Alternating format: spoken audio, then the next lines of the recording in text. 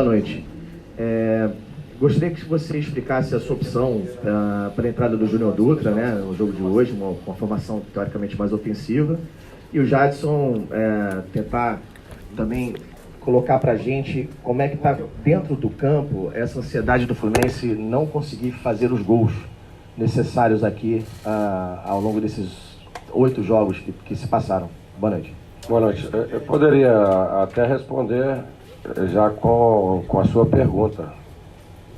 Nós estávamos com um confronto perdendo de 2-0, precisávamos de um time mais ofensivo. Mas eu vou explicar. Né, nós jogamos com 3 zagueiros e com um volante. Os 3 zagueiros mais o Richard para dar uma sustentação para um possível contra-ataque do adversário. Com 2-0, imaginávamos que o Atlético Paranaense viesse um pouco mais atrás do que é o normal deles e saindo forte para o contra-ataque. Nós teríamos a sustentação desse contra-ataque com os 3 zagueiros e mais o Richard, e teríamos 2 alas para atacar e mais o Júnior Dutra e o Luciano e o próprio Sornosa com o Marquinhos. Então era essa a estratégia. Essa competição, quando ela começou com 44 equipes, ela voltou para 22 e acrescentaram 10. Então, de 54, nós chegamos aí a 4 equipes que poderiam ir para duas delas irem para a final. Com a nossa vitória diante do Nacional, né, e jogando bem lá no Uruguai, criou-se uma expectativa ainda maior para esse confronto. Era um confronto difícil, o Atlético Paranaense já joga junto há mais de 2 anos, é um time muito alinhado, muito bem montado e que os jogadores se conhecem, dá para ver perfeitamente assim quando o jogo se desenvolve. E eu acho que em 2 momentos nós tivemos dificuldades. Lá, quando a gente tinha o jogo controlado no segundo tempo, jogando lá em Curitiba, e levamos um gol com a defesa toda armada, um gol de cabeça de um jogador até baixo. Né? Mas tínhamos comentado dos cruzamentos que eles fazem muito e nós levamos o segundo gol. Criamos uma mobilização grande para esse jogo aqui, os jogadores completamente voltados a empenhar muito no jogo, a se organizar para buscar o resultado em cima de 2-0. E o time entrou apertando muito o Atlético Paranaense, né? Tentando fazer uma pressão inicial para que o torcedor viesse junto e que o Atlético sentisse ali que a gente poderia mudar a situação, mas levamos um gol muito cedo, né? E aí ficou muito confortável para o Atlético. O Atlético controlou o jogo na boa técnica que tem e esperou o contra-ataque. Tivemos até no primeiro tempo 2 oportunidades boas com o Luciano, que talvez reacendesse, né, ou pudesse gerar uma reação, mas acabou não acontecendo. O Júnior Dutra tem sido um jogador que puxa o contra-ataque, que luta muito, que ganha quase todas as bolas paradas. Era um jogo de competição. Não vi também outra grande opção, não sendo ele. Nós aumentamos a bola parada e com a expectativa também de fazer gol dessa forma, na puxada do contra-ataque, e felizmente não deu para passar. Nós temos que voltar nossa atenção e tentar ajustar, corrigir, mobilizar novamente para esse jogo importante do domingo. Boa noite. Boa noite. Então, em relação à nossa seca de gols, eu confesso que é bem desconfortável, né? Pra gente, não só pros atacantes, mas pro grupo inteiro. Mas eu confesso que eu acho que nós temos tido mais infelicidade do que falta de capricho, né? E agora também não adianta mais chorar do que passou, a gente tem que manter a cabeça no lugar, né? Procurar fazer um bom jogo no domingo, né? E manter o Fluminense na Série A. Marcelo, aqui do lado do seu direito. Então, você já deu uma explicada boa sobre o que foi. Já dá para respirar o América, que virou uma decisão de Copa do Mundo para o Fluminense? A primeira coisa que eu gostaria de dizer também é que, por mais que a gente tenha algumas dificuldades ou algumas limitações, quando eu falo nós, é nós mesmos, nós todos, né, uma equipe do Fluminense, existe uma dignidade, uma honradez desses atletas, né, de passar por tudo que estão passando, tudo que já passaram, e estar ali sempre brigando muito, né, e por todo o resultado. E alguns deles estavam chorando agora no vestiário, e já começamos a fazer essa mobilização e essa reação para que a gente possa fazer um jogo muito melhor, competente, e que possa buscar o resultado de vitória no domingo. O América vem com suas pretensões também, é um time que tem jogado muito bem nos últimos jogos, mas a gente vai, a partir de amanhã, fazer uma grande concentração e uma grande mobilização para lutar e empenhar, como sempre, e tentar jogar um pouco melhor também. Já te perguntei isso depois do jogo contra o Ceará, Marcelo. Como controlar agora? Aí resta o último jogo só. A cabeça, acima de tudo, para esse jogo. O futebol é isso. O futebol é técnica, que é fundamental sempre, né? A técnica sempre pode resolver, mas tem a parte tática, a parte física e a parte mental também. Na parte física, como a gente não resolveu lá atrás o problema do brasileiro, nós tivemos que jogar com o Internacional, com o time principal, enquanto o Atlético descansou seus jogadores. Aí no final, com toda a luta, né, alguns jogadores sentiram e tiveram que sair também por aspecto físico. Mas a cabeça é fundamental. Felizmente a gente tem atletas, né, que estão passando às vezes algumas dificuldades, mas continuam muito firmes nos propósitos. Temos boas lideranças, o Jadson é uma delas, uma liderança de postura e também de opinião, e vamos pegar forte, entender que só depende de nós, né? Nós vamos jogar no Maracanã, diante da nossa torcida, dependendo apenas de nós para seguir dignamente ficando. Não era o objetivo que deveria ter um clube da grandeza e da camisa do Fluminense, mas essa é a expectativa no momento, de permanecer na Série A com uma grande vitória no domingo, recuperando essas derrotas da Sul-Americana. Marcelo e Jadson, boa noite. Boa noite. Para terminar, Marcelo, esse jogo de hoje, pelo menos para mim, eu só queria saber, o jogo hoje se decidiu em 5 minutos, acabou toda a esperança tricolor. Vocês mesmos, sendo realistas, sabem que quando tomaram 1-0, fazer 4 seria muito difícil para um time que não vem fazendo gols. O Fluminense tem 3, jogou hoje, vem jogando, na maioria das vezes com você, com 3 zagueiros, e mais uma vez a bola passa pelos 3 zagueiros num cruzamento e sobra para o atacante adversário. Por quê? Mais uma vez eu pergunto, é falha de posicionamento, é falta de atenção, é só qualidade do adversário, com um time que joga com 3 zagueiros, toma gols tão bobos para um time que está com 3 zagueiros mais do que o normal, que é uma linha de 4. Em relação ao jogo de domingo, eu queria te perguntar o seguinte: até agora teve margem para erro, porque sempre vai se postergando para frente, não, vamos melhorar, vamos ganhar. Domingo não tem margem para erro nenhum, é erro zero. O Fluminense pode até empatar de 0-0, continuar não fazendo gols, que ele sair daqui permanecendo na Série A. Mas como escolher a estratégia? Defender o 0-0, já que o Fluminense não vem fazendo gols, e tentar sair com empate, ou tentar fazer gols e abrir espaço para o adversário num jogo em que o Fluminense joga o ano de 2019, não o ano de 2018. Em relação à primeira pergunta, eu não tenho como princípio, né, e como comandante de expor ninguém. Nós somos responsáveis pela derrota, nós somos responsáveis também pela quando acontece uma boa vitória. Mas não dá também para não dizer que houve 3 erros no lance, ou 3 infelicidades. Um erro de passe, um cruzamento que poderia ter sido ali interceptado a linha da bola, e depois a defesa armada. Nós entramos com 3 zagueiros, um volante e os outros jogadores todos jogadores mais de poder ofensivo. Poderíamos ter levado o gol por essa situação, uma bola recuperada, que a defesa estava mal postada, mas não foi isso que aconteceu. Tem méritos do adversário, mas tem muito da nossa desatenção também.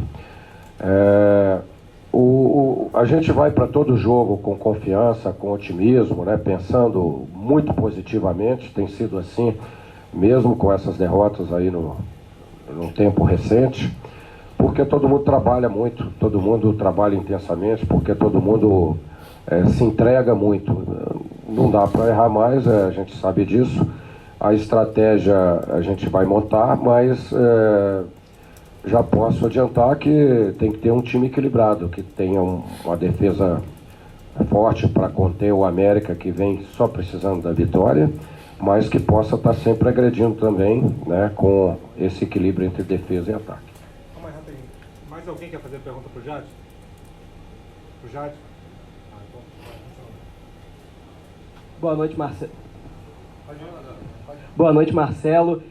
O Fluminense vivia uma fase muito boa, como no jogo contra o Atlético Mineiro, que venceu um adversário muito forte, a classificação heróica contra o Nacional, e a partir de um certo momento da temporada o rendimento começou a cair, a sequência de jogos sem vitória e sem marcar começou e acabou culminando na eliminação hoje e numa decisão tentando evitar o rebaixamento no próximo domingo para um time que até chegou a sonhar com o G6. Onde que você vê que a fase começou a desandar e o porquê de um time que jogava tão bem enfrentar essa fase tão difícil? É difícil responder precisamente essa pergunta, porque as dificuldades que o Fluminense tem, elas são públicas, né, são óbvias,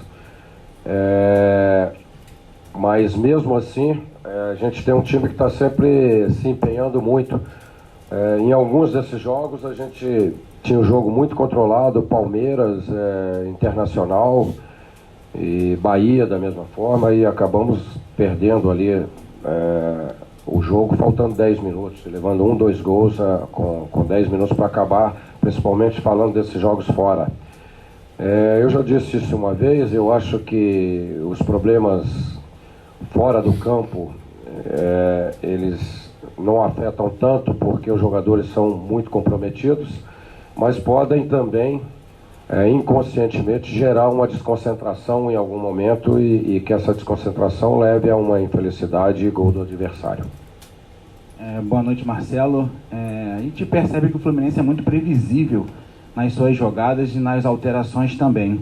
Hoje você falou que o Fluminense só depende dele, né? E esse está sendo o grande problema, o Fluminense depender dele, já que não mete gol a 8 jogos e está complicado.